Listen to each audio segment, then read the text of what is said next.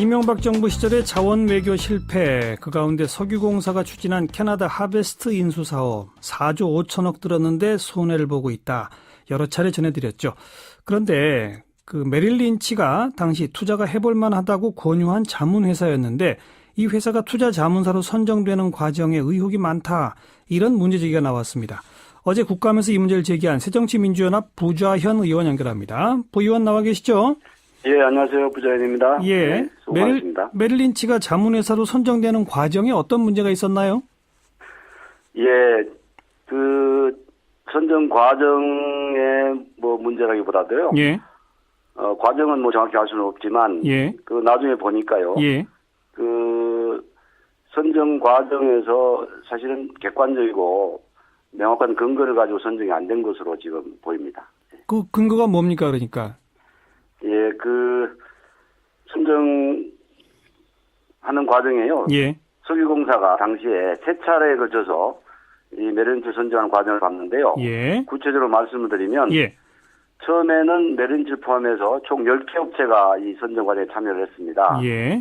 근데 1차 평가에서 메릴린치는 계량 지표, 그러니까 객관적인 지표죠. 예. 여기에서 10개사 중에서 5.43점으로 중하위권 공동 5위를 합니다. 예. 예. 그런데 심사위원들의 주관이 들어가는 주관적인 평가인 비계량 지표에서는 예. 메릴린치가 가장 많은 점수를 받아서 1차 통과를 해요. 예. 예. 예. 그런데 사실은 계량 지표에서 가장 높은 점수를 받은, 압도적으로 높은 점수를 받은 다른 업체는 비계량 지표에서는 낮은 점수를 받고 탈락을 하고요. 예. 예. 보름 후에 열린 2차 평가에서 메릴린치는 계량 지표에서 27.5점으로 4개 업체 중에서 3위를 하지만 역시 심사위원들 주관 평가에서 어허. 비계량 지표에서 또 2위를 받습니다. 예. 예. 근데 계량 지표에서 2위를 한 다른 업체는 또 비계량 지표에서 최저 점수를 받아 또 탈락하고요. 예. 예. 그래서 결국 1위 업체하고 메릴린치가 2위 업체로 우선 선정이 되는데 음흠. 마지막 3차 평가에서는 사실은 특별한 이유 없이 이 메릴린치가 최종 선정이 됩니다. 예. 예. 이렇게 되니까 예, 알겠습니다. 전 과정이 좀 납득하기 어렵게 보인 거죠. 그러니까 계량 지표에서 주로 하위권이었는데 중하위권이었는데 그냥 결과적으로는 여기가 최종 선정되는 과정이 있었다. 이게 의혹이다 이 말씀이죠. 그렇습니다. 비계량 지표는 위원들이 주관적으로 판단하는 거기 때문에. 근데 당시 그 메릴 린치의 서울 책임자가 뭐 또 좀 의혹이 간다고요? 예. 그때 당시에 서울 책임자인 걸 좀 더 확인을 해봐야 되겠습니다. 제가 언론 보도 보고 그렇게 이야기했는데요. 예. 일단 메릴린치 근무한 건 틀림없는데요. 아하. 그 이명박 대통령의 속칭 집사로 불리던 김백준 전 청와대 총무비서관 있지 않습니까? 예. 이분의 아들인 김영찬 씨가 당시에 이 메릴린치 근무한 것으로 밝혀졌습니다.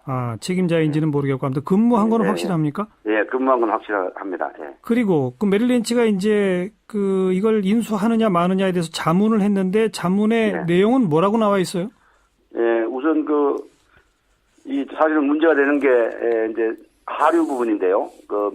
이 하베스트 사업 아닙니까? 예. 이게 이제 자회사 중에 정유업을 하류 부분에 대해서 나중에 추가로 매입을 하게 되는데 예. 이때 평가를 하류 부분에 대해서 최적으로 중진류를 처리할 수 있는 정제 공장이다. 정제된 제품은 100% 다 팔린다. 또 순이익은 계속 증가하고 있는 반면에 원료비는 계속 감소하고 있다. 이익을 많이 낼 수 있다는 거죠. 예.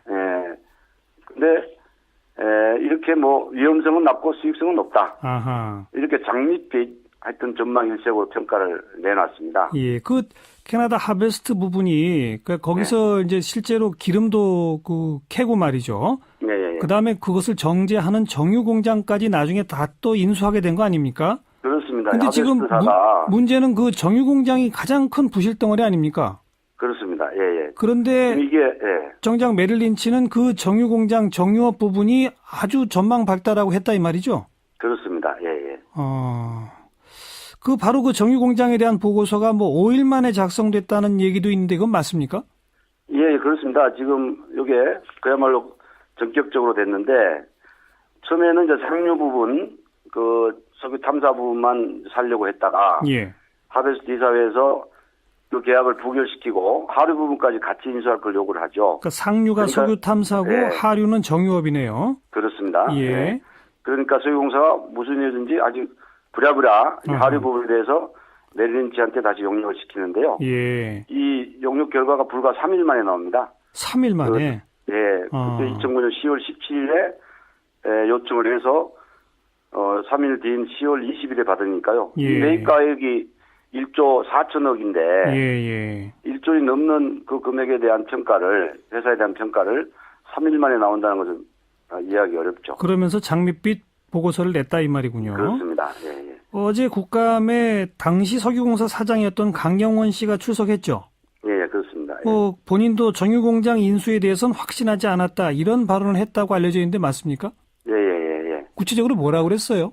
예, 국감에 나와서요. 이제 저도 그 자리에 있었는데요. 예. 동료원이 어떤 본인이 단독으로 결정하지 않았다 이런 이야기를 하면서 현재 동료원이 이렇게 묻습니다. 예. 현재 경제부총리인 당시 최정한 지경부 장관을 만나서 하베스트에서 아까 그 정유회사가 날사입니다. 예.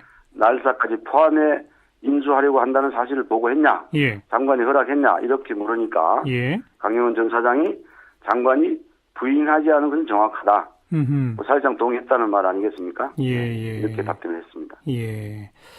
이렇게 국감에서 계속 질타를 받고는 있습니다만은 명확한 전모는 밝혀지지 않고 있습니다. 어떻게 해야 되겠습니까? 짧게 한 말씀 주시면.